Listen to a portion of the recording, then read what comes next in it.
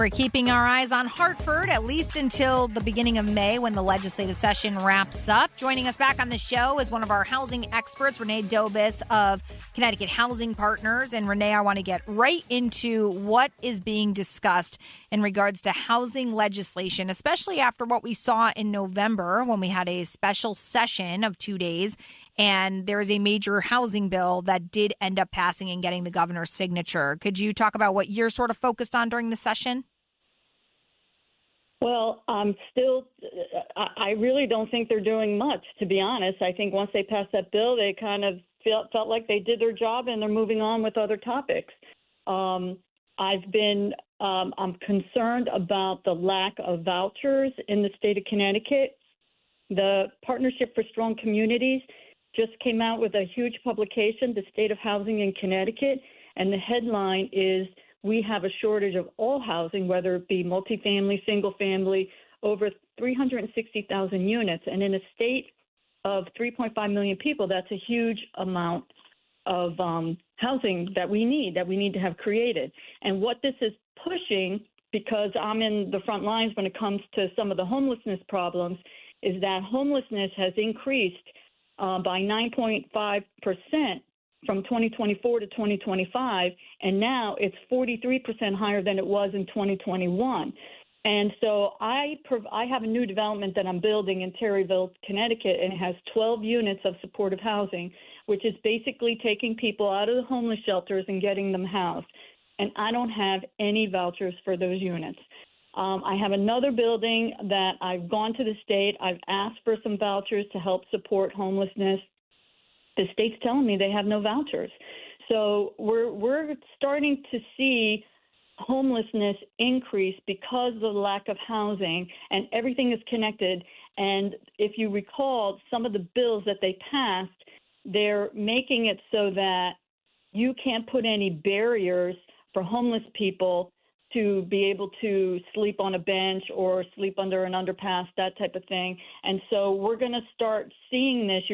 People are going to start seeing it. You're going to see it in the commuter lots where people are sleeping in their cars. So it's really unfortunate that we don't have these vouchers.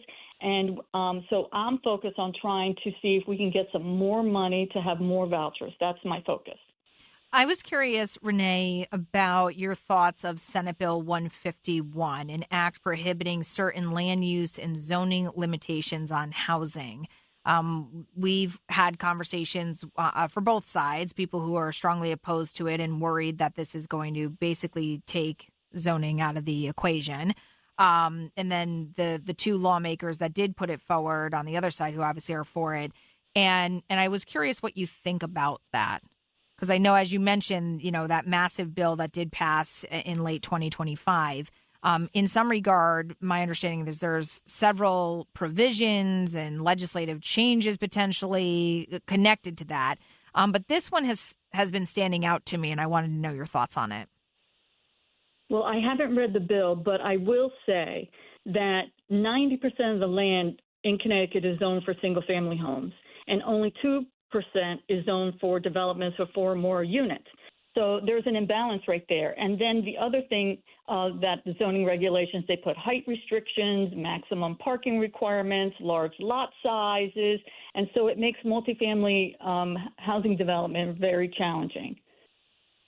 There was a part of that bill, if I was reading it correctly, though, that, and I don't have it in front of me, forgive me, but I can go back and find it. There's a part that talks about the development of, that almost sounded like you're living in New York City to some degree, where you have, the acreage was not as spacious, if you will.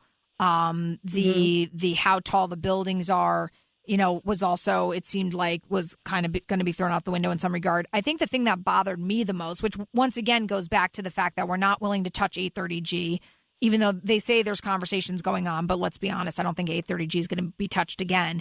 No. The biggest concern for me was that this bill, as it was written, makes it even more, I think, developer focused, where there wasn't really anything upgrading, or I should say, creating more opportunity for affordable housing, so affordable units.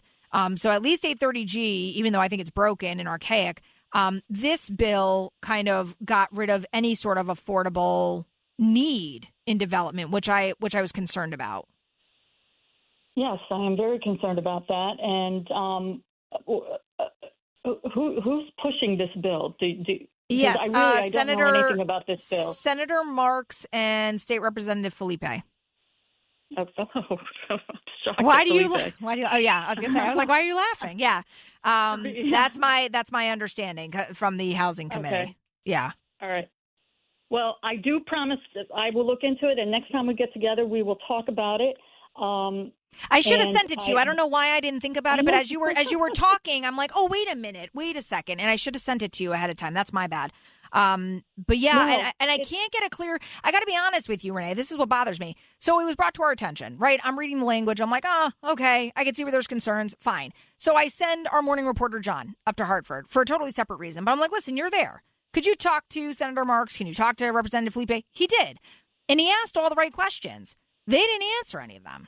Like, not really. They kind of were like, well, we need to do something. But he didn't get more context. And it wasn't because John didn't do a good job. It's because they wouldn't really answer those things.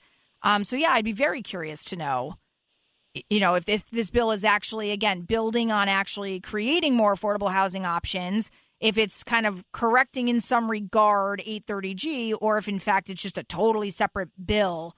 And if it really is more developer focused / eliminating planning and zoning. I can't get a clear sense on that. Well, I'm gonna get on it, and I'm gonna find out. And cool.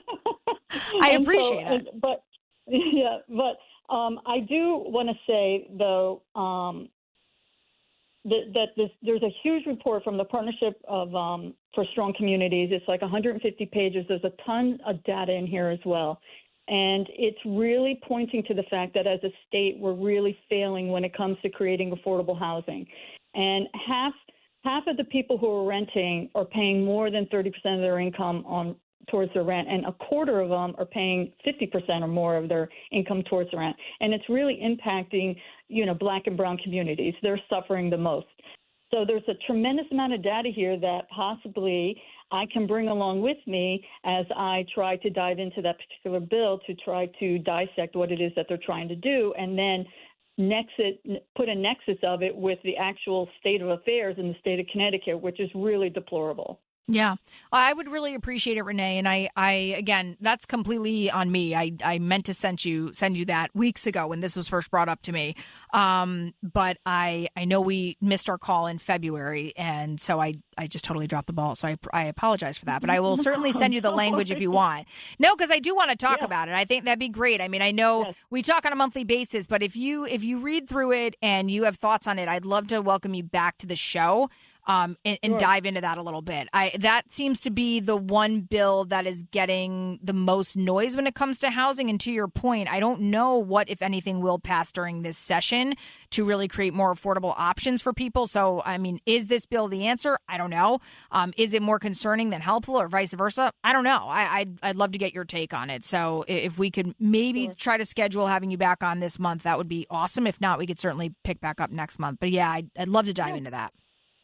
Yeah, we can definitely do that. And then, if it's an extremely controversial bill, we have to remember it's also an election year. So we'll see if it gets signed. Yes, that's true, too. Renee Dobos, I want to thank you so much for what you do, Connecticut Housing Partners, and for always taking the time to be on WICC. We appreciate it. I will send you that bill with the whole breakdown and everything. And then let's talk off air. That'd be great. All right, great. Thank you.